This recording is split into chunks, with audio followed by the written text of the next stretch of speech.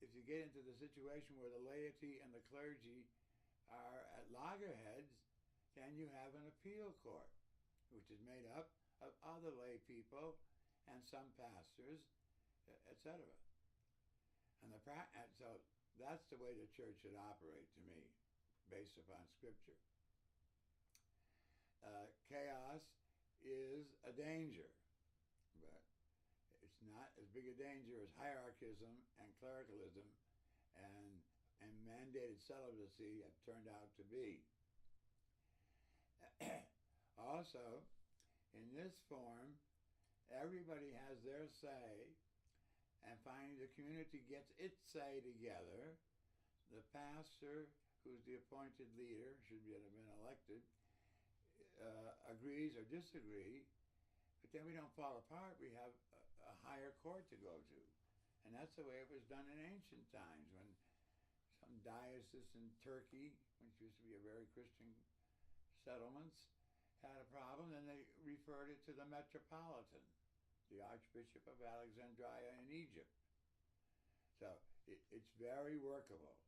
But to get from where we've been since the 4th century to the vision implied that you can extricate from the New Testament from many sources is a real possibility. Also, you can't ask people, sophisticated people, or even a blue-collar parish, say in Cleveland, Ohio, with high school graduates, and quite a few didn't even bother to graduate. They might have been right. Education's in such bad shape these days, especially public education, which I used to be proud of. But it's not just harmony. You got to seek out what's the best, what's the common good, as St. Thomas called it.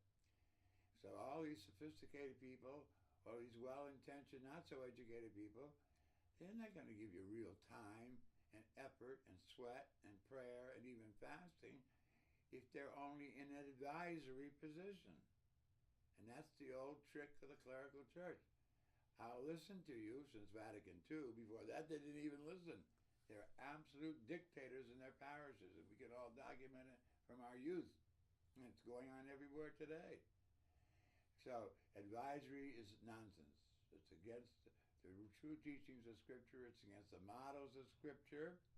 And I was privileged to implement it in 2 parishes, and it worked well and gave the people a new confidence, a new sense of their priestly identity, and gave them a sense of power in the sense of loving concern, taking care of needs.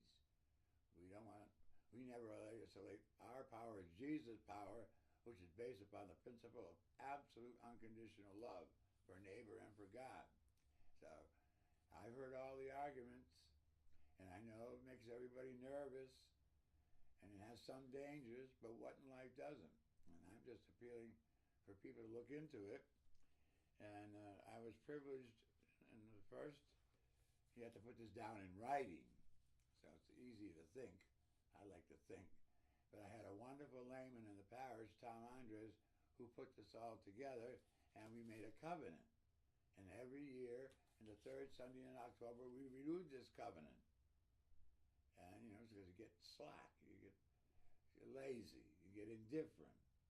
And we renewed it every year, and it really was, to me, the Jesus way of governing. So I guess that's enough on that. What's the matter? Think I'll get arrested? I think so.